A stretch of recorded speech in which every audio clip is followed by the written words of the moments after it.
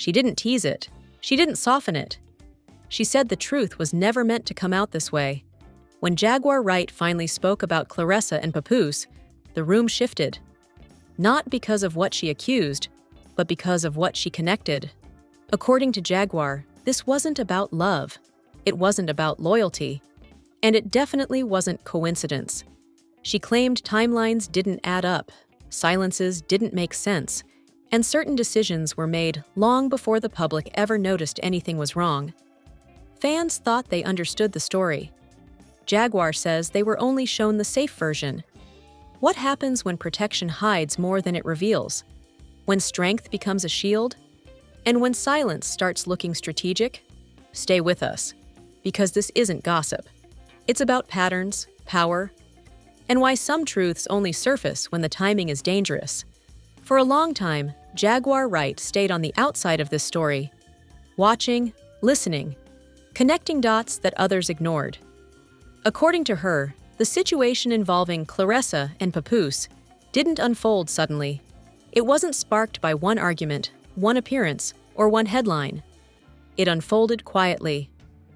Jaguar explained that the first red flag wasn't conflict. It was consistency. The same narratives repeated, the same explanations recycled, the same framing protected without clarifying. To most people, that felt reassuring. To Jaguar, it felt rehearsed. She said whenever a story stays too clean for too long, it usually means something messy is being managed behind the scenes. Not erased, redirected. She didn't accuse anyone of wrongdoing. She questioned structure. According to Jaguar, the way this story was presented publicly relied heavily on timing. Certain details surfaced only when they were safe. Other details never surfaced at all. That imbalance mattered. She said Claressa was consistently framed as strength personified, focused, untouchable, beyond distraction. And Papoose was framed as steady support, present but secondary. Jaguar didn't dispute those images. She questioned what they excluded. She explained that when people are elevated into symbols, their real dynamics often get flattened. Complexity disappears. Tension gets renamed as discipline. Silence gets renamed as privacy. And privacy can be protective or strategic. According to Jaguar, the public never saw the early stages, the shifts in energy, the subtle recalibrations, the moments where choices were made without explanation. She said this wasn't about betrayal, it was about positioning. She claimed that once careers intersect at a certain level, relationships stop being purely personal. They become assets, liabilities, variables that need managing, and management doesn't always prioritize honesty. Jaguar described how narratives are often built backward. Outcomes first, explanations later. Anything that doesn't fit gets removed quietly. She said fans assume silence equals peace. Sometimes silence equals containment. According to her, the dynamic between Claressa and Papoose existed inside a framework much larger than the two of them. Expectations, branding, public roles. She suggested that certain decisions weren't made for emotional reasons, but strategic ones, to preserve momentum, to avoid disruption, to keep the image intact. Jaguar emphasized that this doesn't mean anyone was malicious. It means pressure was present. Pressure to stay composed. Pressure to stay aligned. Pressure to avoid questions that don't have clean answers. She said the truth she was revealing wasn't a single secret. It was a pattern where silence protected progress, where questions were delayed until they didn't matter, where appearances mattered more than clarity. She also addressed why she waited to speak. Because timing matters. Speaking too early gets dismissed as noise. Speaking too late gets framed as bitterness. She chose the moment when people were already sensing something didn't add up. Jaguar said her goal wasn't to flip the narrative, it was to widen it, to remind people that public stories are often edited versions of private realities. And when editing becomes habit, truth becomes optional. She ended this part with a warning. When people are placed on pedestals, they're rarely allowed to be honest. Honesty disrupts branding. Branding demands consistency. And consistency often requires silence. That's why she spoke. not to tear anything down, but to point out what had been carefully left out. According to Jaguar Wright, the biggest misunderstanding about the situation involving Claressa and Papoose is the belief that it unfolded in real time. She says it didn't. What the public witnessed was the result, not the process. She explained that long before anything shifted publicly, choices were already being weighed privately. Not emotional choices. Strategic ones. The kind that happen when lives intersect with expectations, branding, and long-term positioning. Jaguar described this phase as the quiet window, the moment when nothing looks wrong on the outside, but everything is being evaluated on the inside. Schedules adjust, priorities shift, language becomes careful. She said this is the phase most people never see because it's not dramatic. There are no arguments, no visible tension, just subtle recalibration. According to Jaguar, this is when roles become clearer. Not romantic roles, public roles. Who represents strength? Who represents support? Who stays centered? Who stays flexible? She claimed that once those roles are defined, decisions follow naturally, not because people want them to, but because the structure demands them. She said Claressa was operating inside a framework that rewarded focus and discipline above all else. Any distraction, even emotional, was framed as risk. Just risk to momentum, risk to image, risk to control. According to Jaguar, when risk enters the conversation, relationships stop being personal and start being evaluated. She emphasized that this doesn't mean there was conflict. Often, it's the opposite. Agreement without discussion. Acceptance without confrontation. Silence becomes collaboration. She said Papoose was positioned in a way that required restraint. Not absence, restraint. Presence without interference. Support without spotlight. That dynamic looked healthy to the public. Jaguar questioned whether it was balanced. She explained that balance isn't about peace. It's about agency. Who gets to decide? Who adapts? Who absorbs the cost of keeping everything stable? According to her, stability came at a price, and the price wasn't visible. She said the public assumes strength means certainty, but certainty often comes from decisions already made. When the path is chosen privately, the public version feels calm because there's nothing left to debate. That calm can be misleading. Jaguar suggested that by the time fans started noticing changes, the outcome was already locked in. What they saw wasn't uncertainty, it was execution. Execution of a plan that prioritized continuity over conversation. She explained how this happens frequently in high-pressure environments. People don't break up, they transition. They don't confront, they reposition. Everything remains polite, everything remains respectful, and everything moves forward. But something gets left behind. She said that something is mutual negotiation.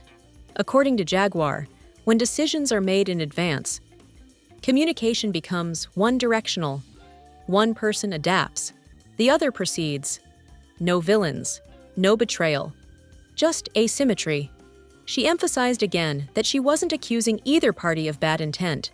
She was describing how systems shape behavior. Systems reward decisiveness. They discourage hesitation. They punish emotional complexity.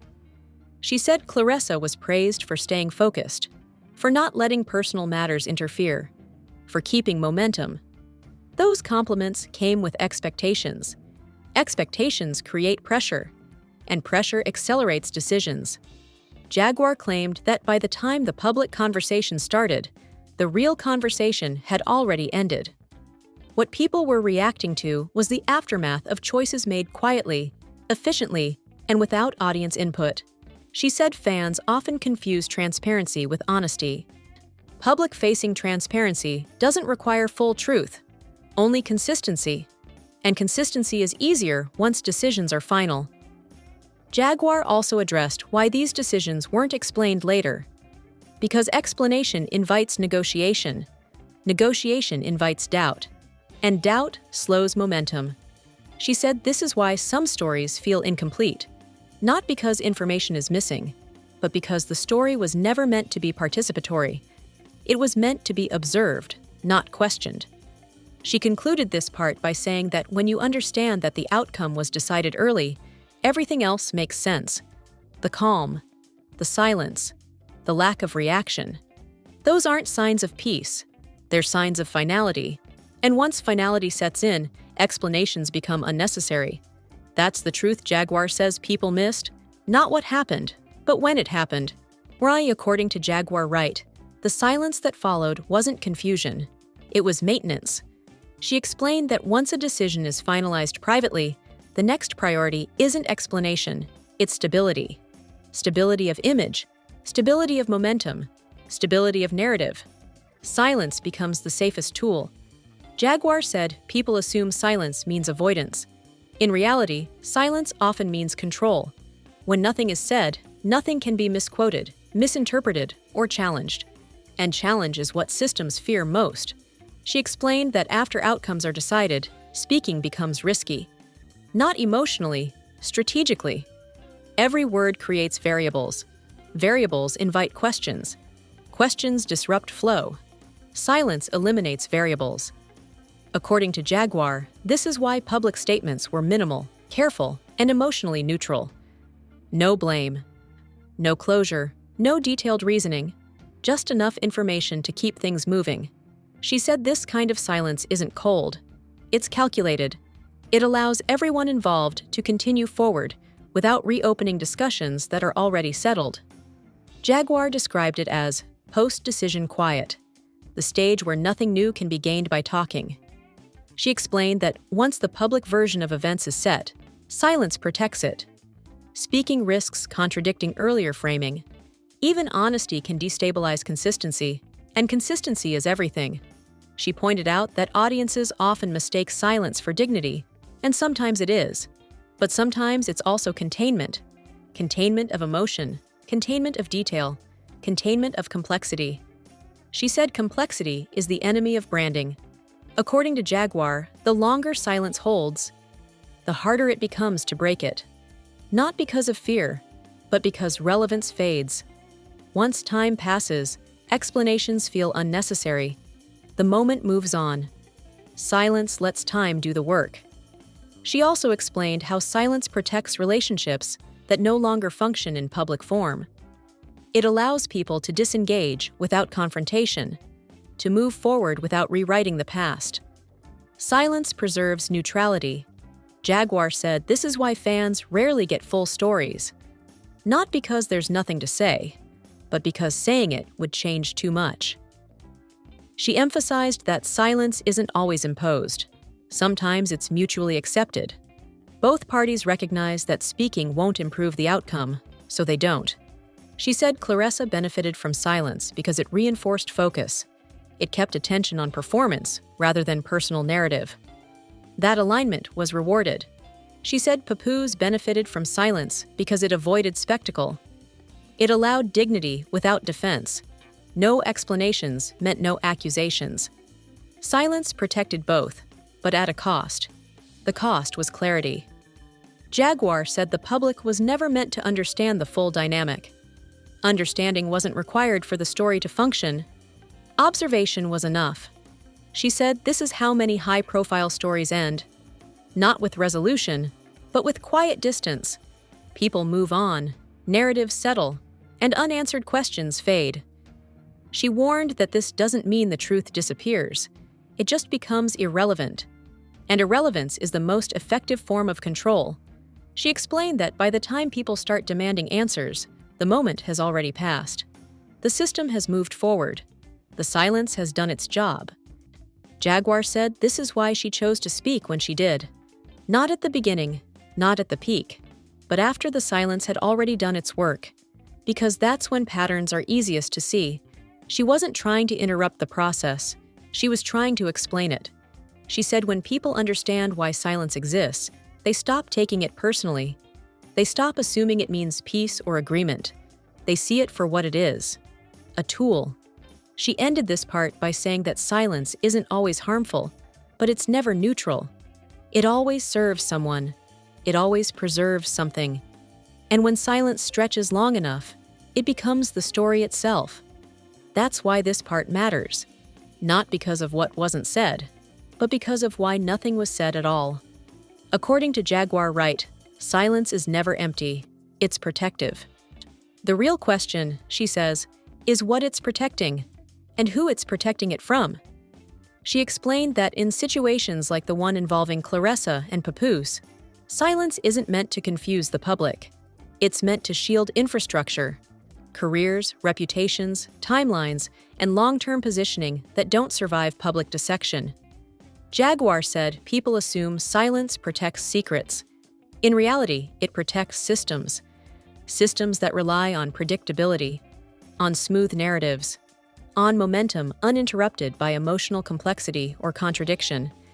She explained that once a story becomes public, it stops being about truth and starts being about interpretation. Interpretation creates sides. Sides create conflict. Conflict creates risk. Silence removes risk. According to Jaguar, the silence in this case protected future options. Contracts not yet signed. Opportunities not yet announced. Relationships that required neutrality to remain intact. Speaking too much would have forced alignment too early. And early alignment limits flexibility. She said Claressa's public image depended heavily on clarity and control. Strength without distraction. Focus without narrative noise. Silence supported that image. It allowed her to remain symbolic rather than specific. Symbols don't explain themselves, they're interpreted. Jaguar pointed out that once someone becomes symbolic, their personal story becomes secondary. Their role outweighs their reality. Silence helps maintain that separation. She also said silence protected Papoose in a different way. It prevented reduction.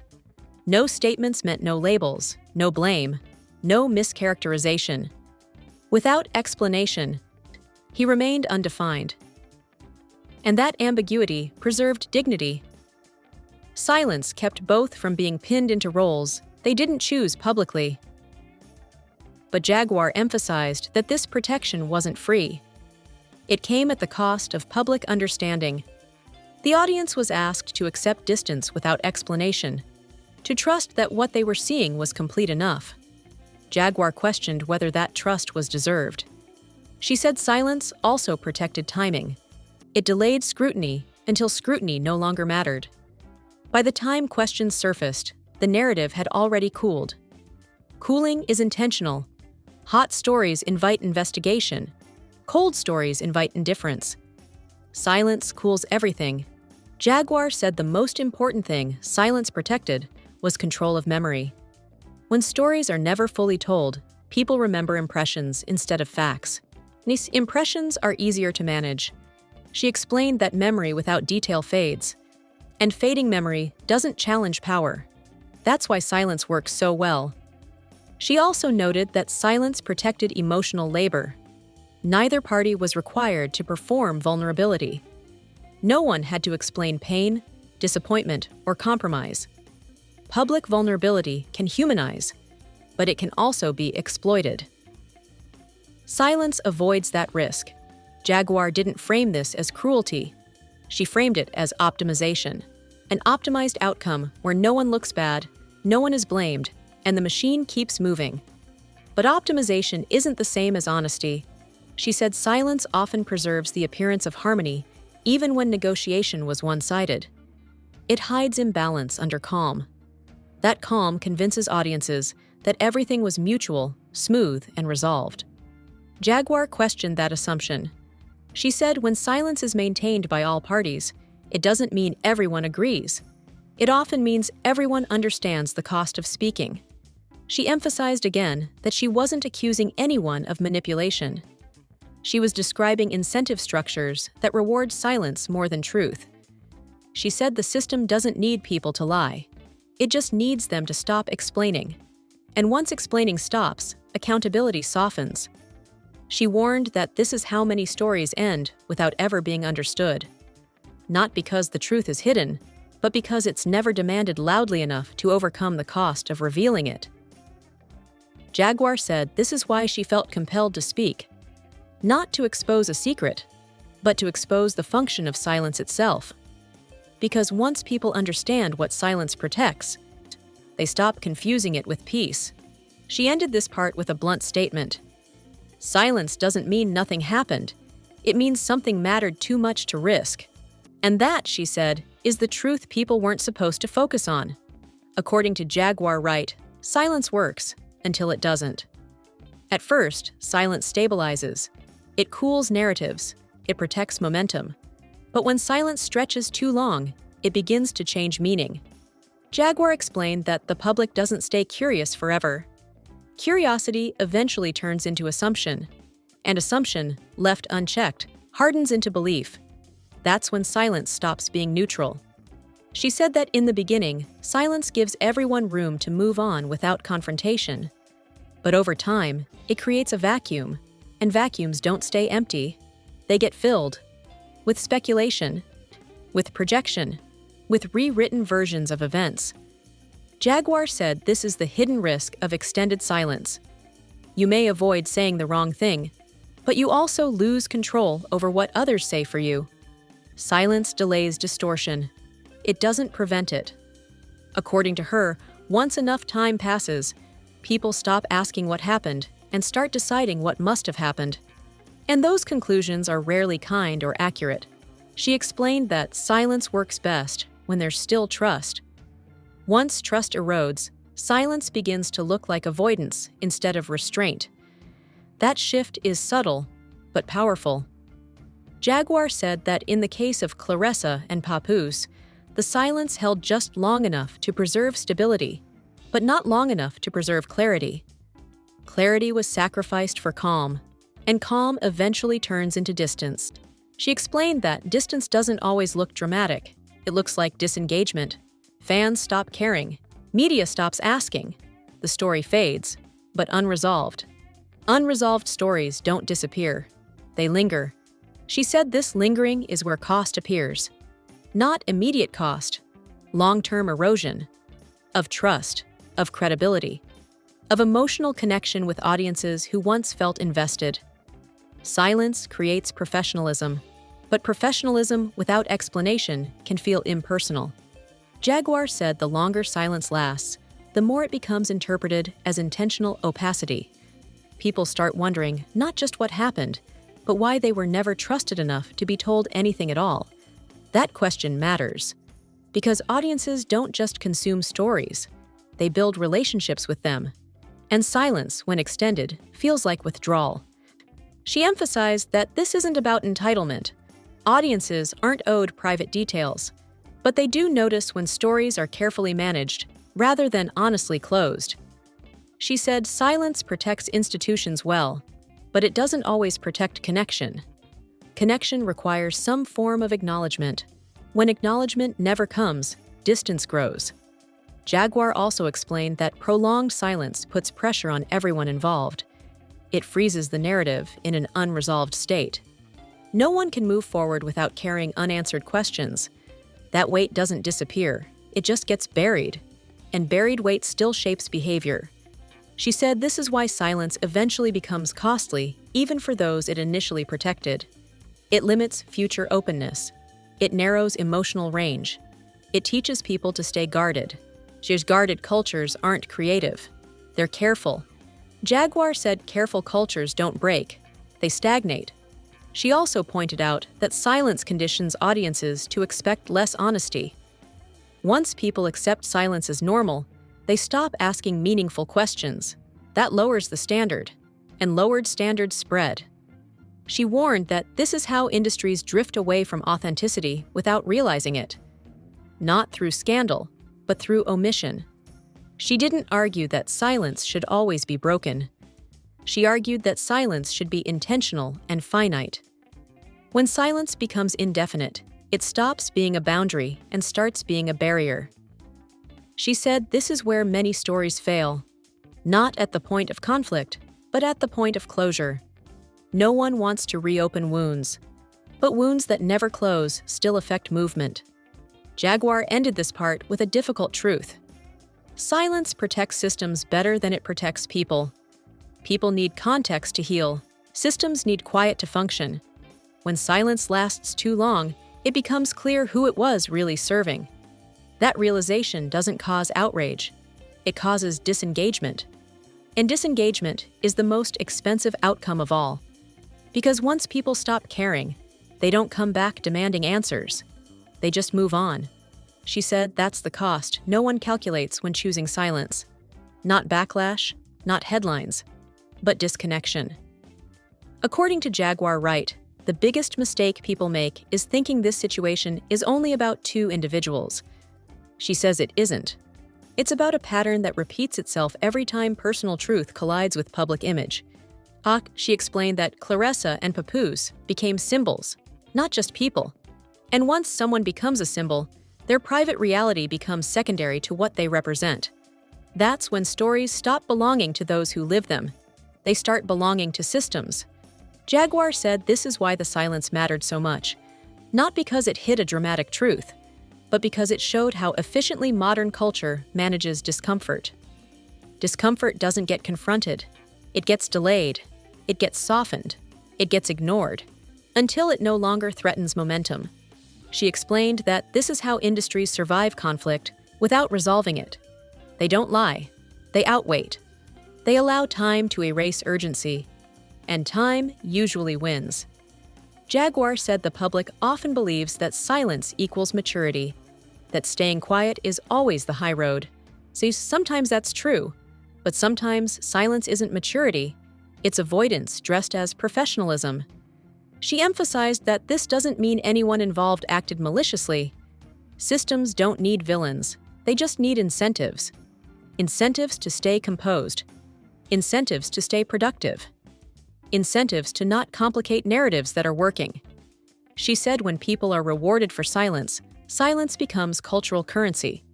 And when silence becomes currency, honesty becomes expensive. Jaguar explained that this is why stories like this feel unfinished, not because details are missing, but because closure was never the goal. The goal was continuity. Keep the machine moving. Keep the audience calm. Keep attention where it's profitable. She warned that when audiences accept this model without question, it reshapes expectations. So people stop expecting honesty. They stop expecting explanation. They settle for polish. Polish feels good, but it's hollow.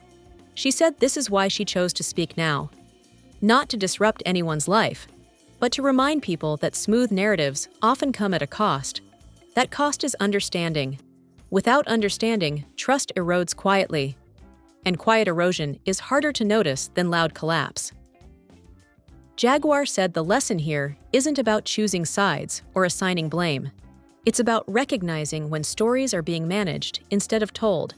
Because management prioritizes outcomes, truth prioritizes process, and process is messy. She also addressed fans directly. She said audiences aren't wrong for wanting clarity. Wanting clarity doesn't mean entitlement. It means connection. People invest emotionally in public figures.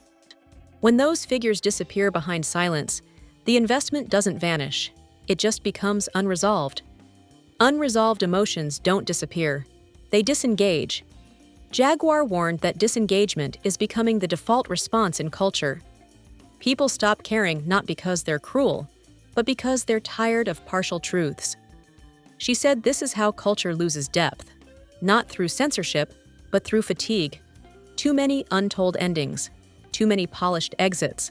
Too many stories that fade without meaning. She said the silence around Claressa and Papoose isn't unique. It's representative. Representative of how modern narratives avoid discomfort instead of processing it. How strength is prioritized over vulnerability. How composure is rewarded more than honesty. She ended with a final observation. When silence becomes the safest option, truth becomes optional. And when truth becomes optional, trust becomes fragile. She said culture doesn't break all at once, it thins. People speak less, ask less, expect less, until nothing feels real anymore, just efficient. Jaguar said she didn't reveal the truth to expose anyone. She revealed it to expose the pattern. Because patterns repeat until they're named. And once they're named, people get to choose differently. As creators, as audiences, as participants in public life. She closed with this. Silence isn't always wrong, but when silence becomes policy, something human gets lost. And that's why this story matters. Not because of who was involved, but because of what it reveals about how stories are controlled, and how easily we accept that control when it's quiet. Like, subscribe, and share.